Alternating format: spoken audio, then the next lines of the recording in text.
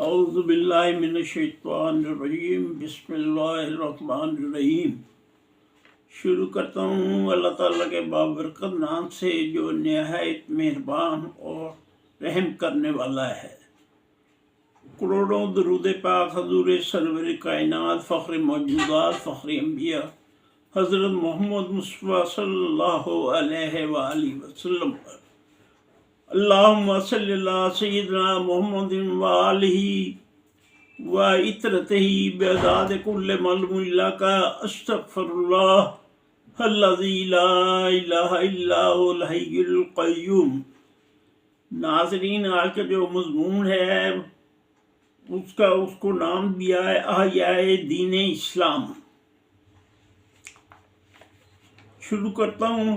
وہ اللہ ہی ہے جس نے عقل دی اور حکمت سکھائی، اور انسانوں میں سب سے افضل اہل بیت کا گھرانہ ہے۔ حضرت مولا علی مشکل کشا کو بہت اونچے درجے کا علم باطن عطا ہوا تھا۔ حضرت جنید بغدادی رحمۃ اللہ علیہ کا کہنا ہے کہ اگر مولا علی مشکل کشا جنگوں میں مصروف نہ ہوتے تو اللہ تعالیٰ نے انہیں علم لدنی سے اتنا نوازا تھا، علم لدنی کی میراث عطا کی تھی کہ وہ دنیا کو مالا مال کر دیتے ہیں۔ حضرت خواجہ فرید الدین عطار رحمۃ اللہ علیہ حضرت امام جعفر صادق کو اولیاء تصوف میں اونچا درجہ دیتے ہیں۔ تمام اولیاء کرام کا روحانی سلسلہ حضرت مولا علی مشکل کشا سے جا کر آپ صلی اللہ علیہ وسلم سے ملتا ہے۔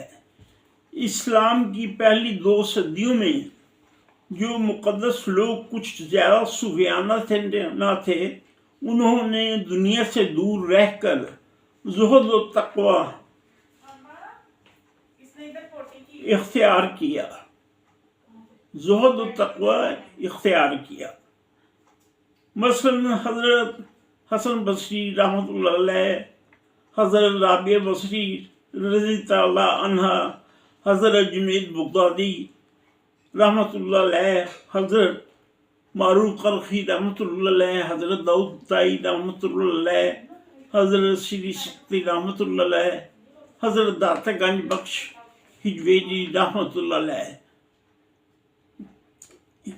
ان کے نام عام لوگوں کے زد عام آتے ہیں کہ نام بہت سے لوگوں کے زد عام آتے ہیں۔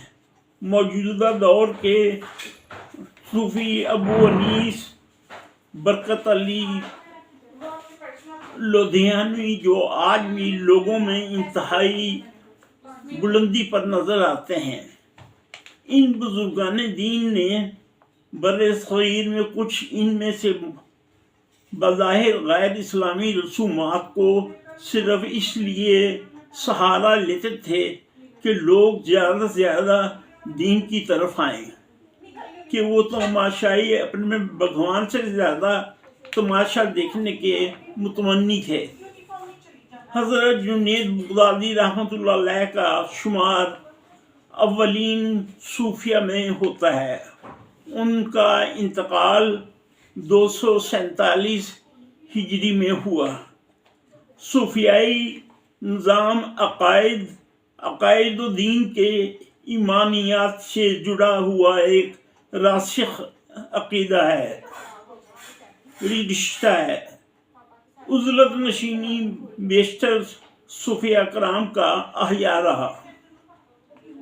ابو اسحاق ابراہیم بن ادہم بن منصور بلخ کے شہزادے تھے۔ ان کے والد بڑے رئیس تھے۔ انہوں نے دنیا ترک کر کے اپنی ساری دولت غریبوں میں تقسیم کر دی تھی اور خود تقسیم کر کے زہد و ریاضت کی زندگی بسر کی۔ وہ حضرت امام ابو حنیفہ रहमतुल्लाह अलैह के शागिर्द थे। दारदगानी बख्श ज़वेरी रहमतुल्लाह अलैह के पीर व मुर्शद शेख अबुल फजल खतली रहमतुल्लाह अलैह ने 60 साल मुकाम जिन में मुक़य्यद रहकर अरफान इलाही हासिल किया। वो बहुत ऊंचे दर्जे के आलिम थे। वहीं वो अपने मुरीद की गोद में सर रखे अबदी नींद सोए। हज़रत मारूफ करखी रहमतुल्लाह अलैह के वालिद ईसाई थे। वो हज़रत इमाम मूसा रज़ी अल्लाह अन्हु के हाथ बैत होकर मुशर्रफ बाइस्लाम हुए। हज़रत अबू जुनैद रहमतुल्लाह अलैह के वक्त ईसाइयत में राहब घर और जमात गाहें बन चुकी थीं। इस्लाम में ख़वातीन भी वलायत से मुशर्रफ होती रहीं। यूँ इस्लाम ने ज़िंदगी को ज़िंदगी दी और हज़रत जुनैद रहमतुल्लाह अलैह के दौर में तसव्वुफ़ इस्लाम, फ़लसफ़ा इस्लाम एक रूह बन चुका था, मगर इसमें खला बाकी था। इस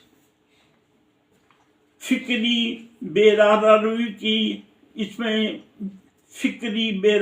की कई काफ़ी गुंजाइश थी। इसलिए मुख्तलिफ लोगों के दीन ने गैर इस्लामी शक्लें इख्तियार की। फिर भी मशरकी तसव्वुफ़ में नज़म और रब्त खूबसूरत दिलकशी है। 6ठी सदी हिजरी में एक तरफ दीन मोहम्मद सल्लल्लाहु अलैहि वसल्लम कलीसा से जान जोखों का बैर था, तो दूसरी तरफ अपनों ही ने दुश्मन का किरदार अदा किया। जैसा कि हसन बिन सब्बाह का किरदार, जो अपने आप को खलीफा नज़ार का, जिसके पैरों उसे इमाम मुजस्सम कहते थे। इस बिना पर पैरों से अतात का तकाज़ा करता था और अपने पैरों को कहता था कि उसकी ज़ात ज़्यादा हक़ है। उसके चेले हशीश के नशे में धप्त रहते और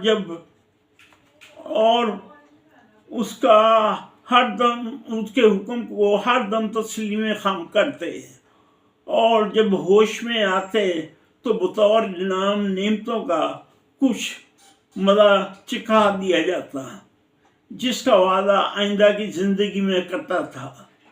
दुनिया के हर गोशे से लाई गई हसीनो जमील औरतें उसकी वो हूराने जन्नत थीं जो उसके मुरीदों को ग़ुलामी का तौक़ पहनाती थीं।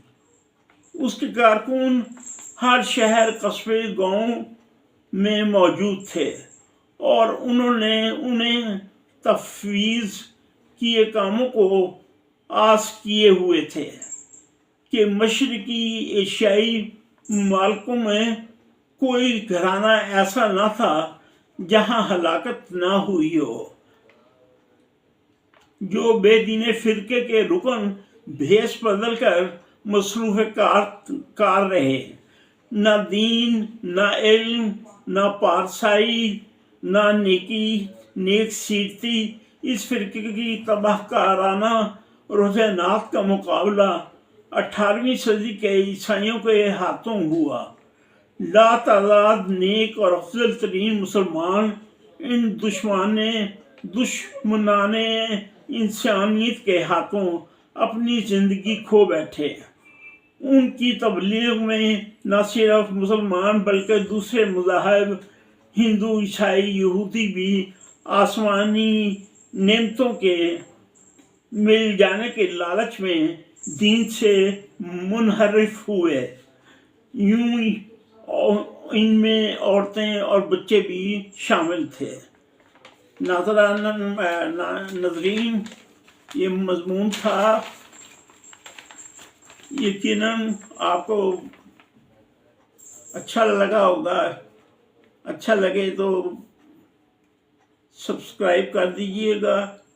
अपना और अपने इर्द गिर्द के लोगों का ख्याल रखिएगा। खुदा हाफिज़।